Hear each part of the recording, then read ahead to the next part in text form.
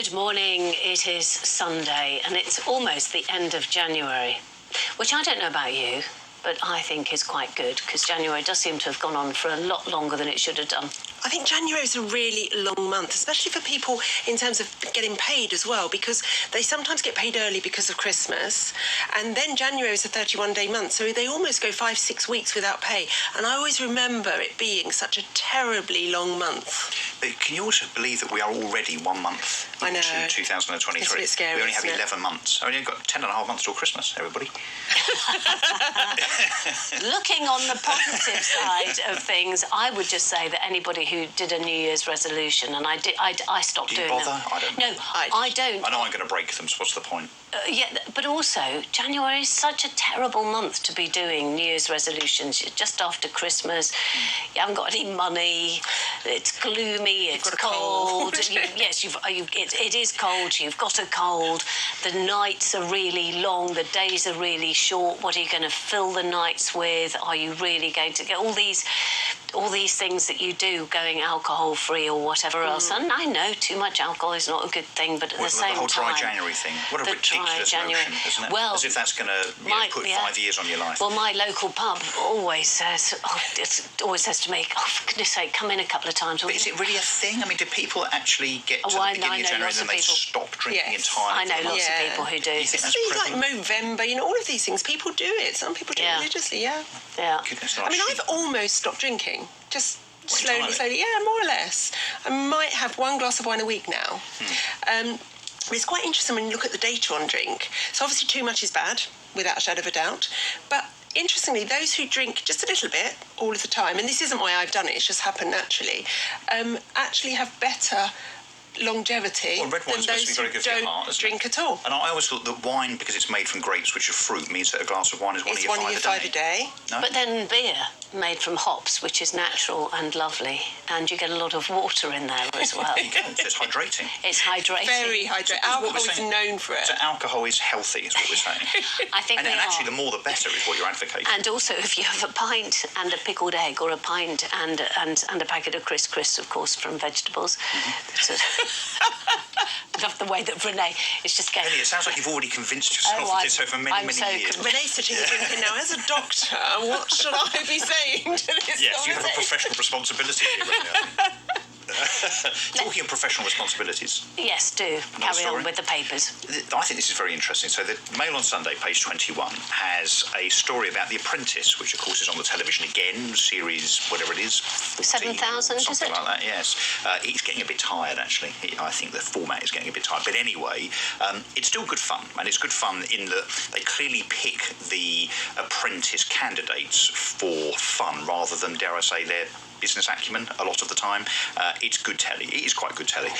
Someone's pointed out, though, a bit of research, apparently, that the prize that Alan Sugar gives out to his winning apprentice, that person that then becomes his business partner on a 50-50 basis, the prize is £250,000, which sounds like a lot of money. Does that go into the business? It goes into the business, right. Yeah. And apparently genuinely does, right? Yes. So whoever wins, they get the money and they get him as a business partner and all of the good stuff that goes with that in terms of his knowledge and experience and so on. But the point being, in an age of rampant inflation, as it is right now, that £250,000 prize, the Mail on Sunday is saying, has been the same for 12 years.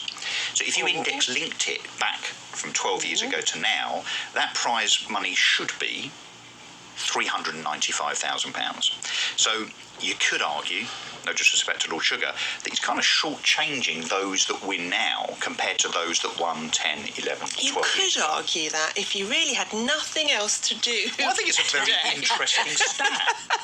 Given that, I'm certainly not an advocate of the redistribution of wealth. That's not my politics at all. But I would expect that Lord Sugar's probably got slightly richer over the last 12 years. He's worth £1 billion. Wouldn't he just say that the biggest part of that prize is him? And I know he would say that because I know Sugar, him and his expertise and what he brings to the business and how much kudos it is. Would he not say that? Well, no, he would, and maybe that's increased in terms of its kind of its value, appeal, over the last 12 years as he's got even more experience.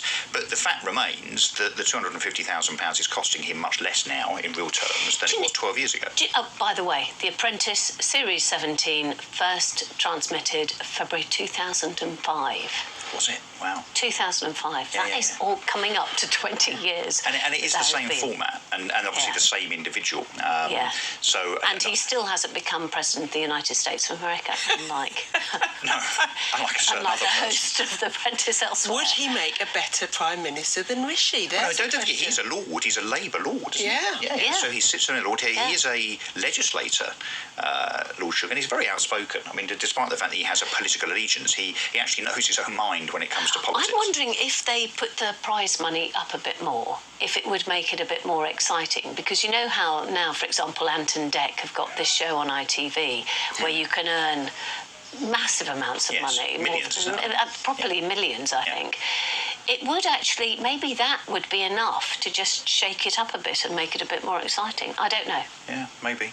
See, I would rather than sitting watching TV, people got out and did active things, which is why I don't have a TV. But this isn't. But I don't have a TV. In fairness to this programme, this is not just about entertainment. I mean, there is a business element to it in that, you know, someone actually ends up creating a business, and out of the... How have those businesses done? Do we know? Well, the majority have done very, very well. You know, Okay. Tim Campbell, very famously, who comes back and subs for Claude Littner, he's got a great business. A lot of them, I think, have created businesses that have really thrived and, of course, employ lots of people, pay lots of tax and so on. Yeah, so there's a serious element to this. I think Leah Totten did very well. It beautifully...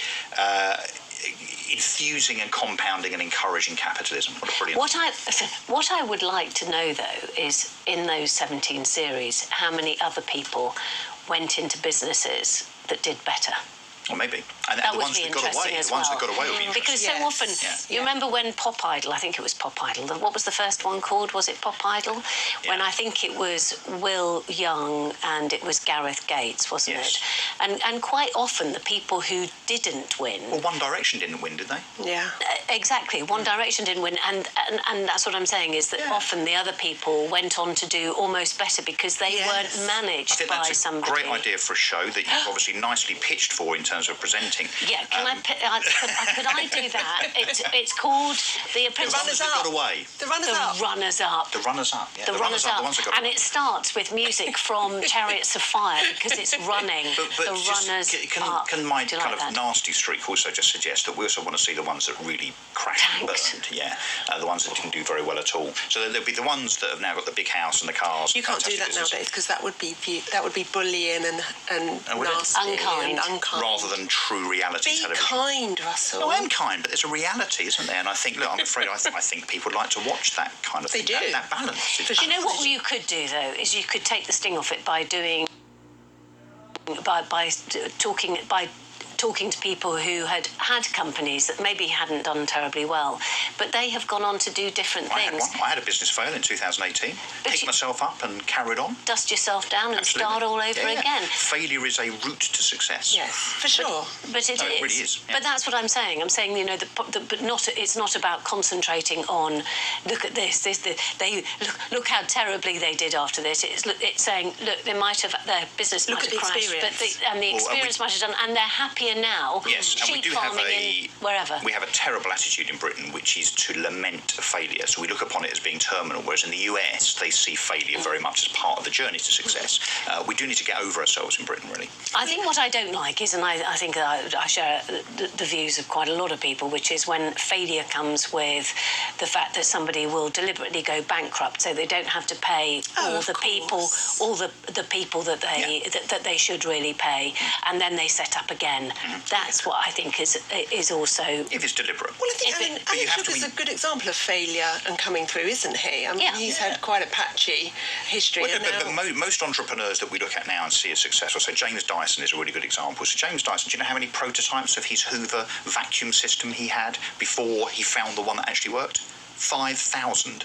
5,000 failures to get to a success, and he kept going and kept going. There's a brilliant book, you write books, Black Box Thinking by Matthew Syed, I don't know if you've read it, which is all about the journey to success through failure. So it characterises things like the Mercedes Formula One team and the Sky cycling team, about how they use failure to get out the other side of it, not to be scared of failure as if it's some kind of embarrassing terminal thing, but to use it as a vehicle. And I think we should do that. I really, really do. And you know, your point about crashing businesses almost on purpose if they're not doing very well to escape liability, That definitely is an issue, but at the same time, we have to have limited liability businesses to allow entrepreneurs to take the risk in the first place. If there was no risk, there'd be no McDonald's, there'd be no Ford Motor Company, there'd be no Dyson, there'd be no Tesla, there'd be no Microsoft.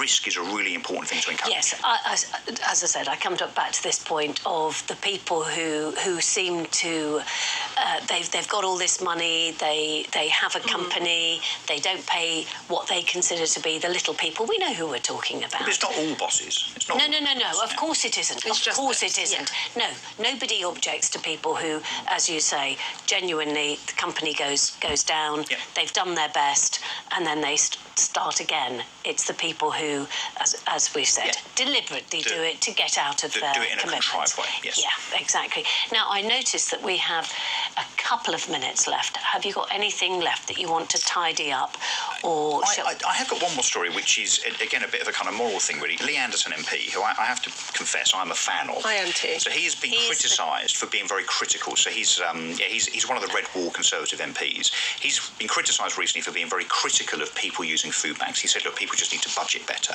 The Daily Mirror. Is he the one who pointed to somebody who worked for him and said she's on £30,000 and she doesn't need to go to a food bank. Yes, and there would be many people who and say... she's in a flat in London for £700 a month. Where are Shared these with 9 flats for people. £700 a month? But some would say that Lee Anderson, he talks a lot of common sense. He's very grounded, and he's not one of these politicians that's worried about what people think of him, and I love that. I think we need more conviction politicians. We do. But the Mirror's having a go at him today, saying, look, he's out of touch because, of course, he's criticised the whole food bank thing, but he accepted a £15,000 donation from the Carlton Club, which is a very famous conservative club in central London, and they're trying to orchestrate this, that in some way he's a hypocrite. And my response to that is that, of course, he's not, because all MPs take donations.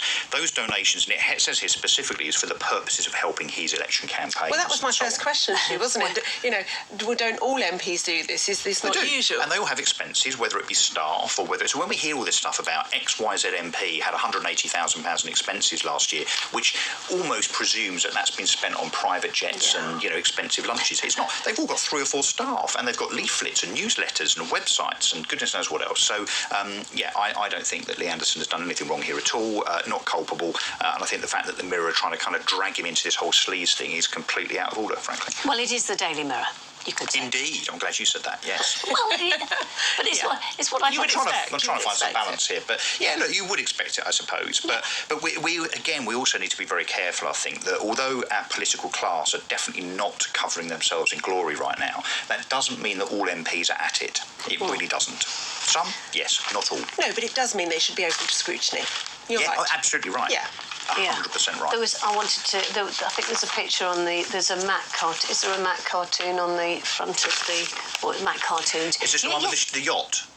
There was one, I think it might have been yesterday, actually, which is a cartoon of... I didn't understand that No, one yesterday. if it's the same so one. So the Mac cartoon yesterday on the front of the Telegraph was a yacht, and with it the word had... careless on it. Careless. Yeah, in other words, so that was his excuse, Nadeem Sahawi, for not paying taxes. And so you bought that yacht. You buy the yacht and you call it careless because your ill-gotten gains, big inverted commas, have come from being careless.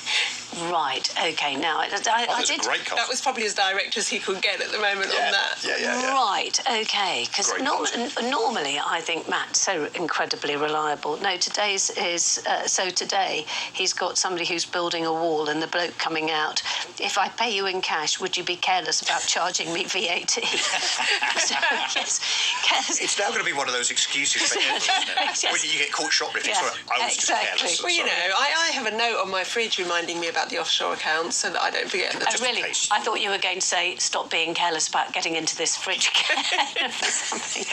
Right, we're going to say thank you very much to Russell Quirk there for taking us through the newspapers, and we'll be back in a minute.